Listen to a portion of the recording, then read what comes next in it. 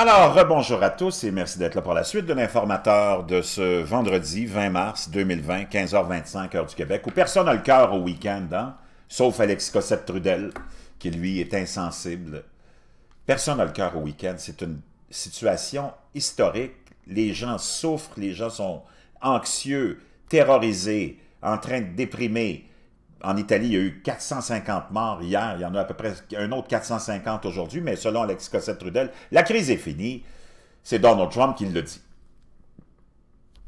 Les gens, hey, il y a des centaines de millions d'histoires de tristesse et de drame qui se vivent en ce moment, mais ça n'a pas l'air de toucher notre chum Alex Cossette-Trudel, qui lui est plus préoccupé à faire vivre sa chaîne, à recevoir ses dons via sa case postale, puis à essayer de protéger une espèce de, je sais pas quoi, de réputation.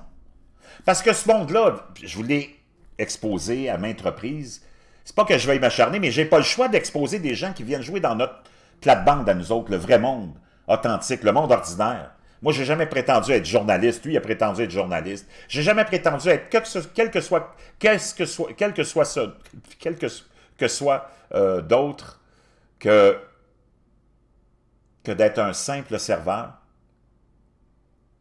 bien ordinaire, qui avait envie de mettre son grain de sel puis d'amener un point de vue que tu n'entends jamais, c'est-à-dire celui d'exposer tout le monde, surtout nos députés puis nos gouvernements locaux, qui sont protégés par des gens comme Alex Cossette-Trudel, qui sont des pro-péquistes, pro-bloquistes, qui sont toujours en train de protéger l'élite québécoise. La même qui nous a traînés dans la boue puis amenés dans la grande misère. Bon, moi, j'ai jamais prétendu être qui que ce soit d'autre qu'un simple serveur, puis j'ai pas de prétention, puis vous le savez,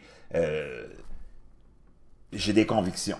Puis c'est ce qui fait que des fois, tu t'en vas dans une direction parce que tu as une conviction qui t'amène là, puis tu reviens, puis tu fais ton mea culpa parce que ça n'avait pas de sens. Donc, j'en ai fait plein d'erreurs comme ça.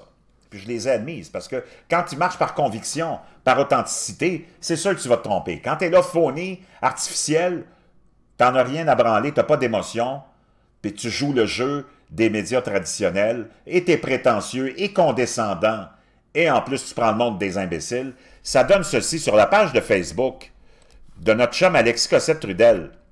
Je ne veux pas en rajouter, mais en tout cas, si tu vas sur ma page Facebook, moi, d'abord, j'ai pas la création qui est là. J'ai pas un sourire en voulant dire « Yes, sir, mon chum, je suis en train de vous en passer une belle. » Puis j'ai surtout pas une introduction qui me présente comme le directeur présentateur de l'informateur. Moi, j'ai juste une petite chaîne, mon chum, puis je suis pas le directeur présentateur à Radio-Québec. Wow! Doctorant en sémiologie en pause, PhD en sciences religieuses, master en sciences politiques. Non, moi je suis pas ça, mon chum. Moi je suis juste quelqu'un de bien ordinaire qui a des convictions, qui veut que le monde ordinaire améliore son sort, puis qui a compris que tous les politiciens sont pareils, puis le système ne joue pas pour nous autres, puis que le gouvernement du Québec, Alex Cossette-Trudel, le même qui a rendu tes parents très riches, parce que dans le fond, je comprends que tu fais partie de l'élite, on sait que ses parents ont été protégés par le gouvernement fédéral, ont été protégés par le gouvernement provincial, on leur a donné des parachutes dorés, des jobs, des subventions. Son père a reçu des subventions à la tonne de l'Office national du film du Canada. Sa mère a eu des jobs coulés dans le béton de fonctionnaires, hauts fonctionnaires dans le système de santé. Son père aussi. Lui a fréquenté des grandes écoles, il a des grands diplômes, son enfant va à Jean de Brébeuf. Puis tu peux pas venir...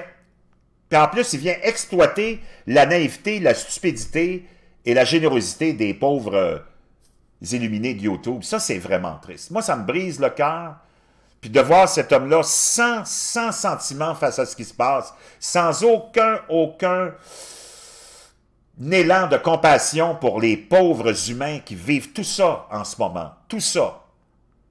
Peu importe l'origine, puis tout ce que tu pourras dire, c'est important, c'est grave la situation, puis de minimiser ça, puis de ne pas avoir une once de compassion pour le monde, puis de penser juste à continuer à semer la discorde, à semer les fausses nouvelles, à banaliser tout ça, puis à faire marcher sa machine à stupidité de QAnon avec des âneries pour continuer à collecter des dons qu'on peut lui envoyer via son casier postal. C'est vraiment, vraiment déshonorant pour la race humaine. C'est vraiment déshonorant.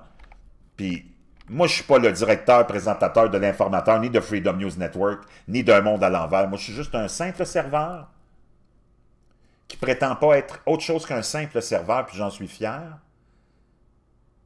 Puis j'ai le sort de mes semblables à cœur. Puis moi, je viens pas de l'élite. Puis moi, j'ai pas besoin de vos dons. Puis moi, j'en ai des vrais jobs. Puis j'ai une compassion énorme avec ce qui se vit en ce moment. Mais je ne suis surtout pas le directeur-présentateur à Radio-Québec, comme si, lui-là, il se présente parce que les cousins français, la plupart ils ignorent la situation au Québec, puis ils ne savent pas que Radio-Québec, ça n'existe plus, c'est Télé-Québec maintenant. Puis lui, il est allé chercher ce mot-là, ce nom-là, puis je ne sais pas comment on l'a laissé faire, mais lui, il est dans l'élite québécoise. Si quelqu'un d'autre avait utilisé Radio-Québec, c'est sûr qu'il serait fait poursuivre par Télé-Québec.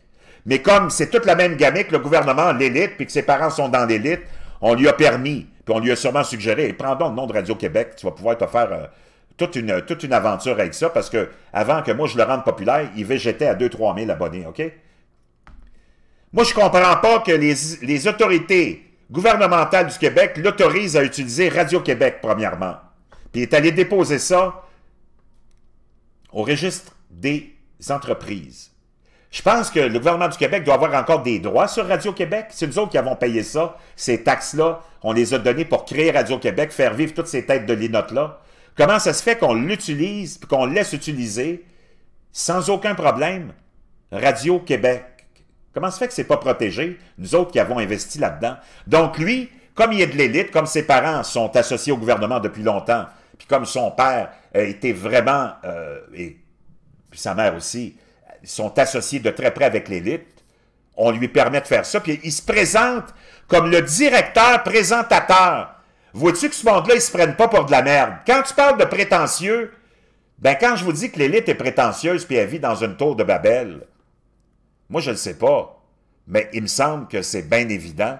Hey, quand tu as une petite chaînette qui végétait à 2-3 000 abonnés avant que moi je te rende populaire, puis que tu te présentes comme tu t'introduises comme le directeur présentateur à Radio-Québec, aïe aïe, si t'as pas un problème de narcissisme, je peux te dire une chose, c'est pas fort. C'est pas fort. Fallait que je vous propose ça, puis que je vous partage ça, parce qu'à un moment donné, wow, quand tu beurres épais, mon chum,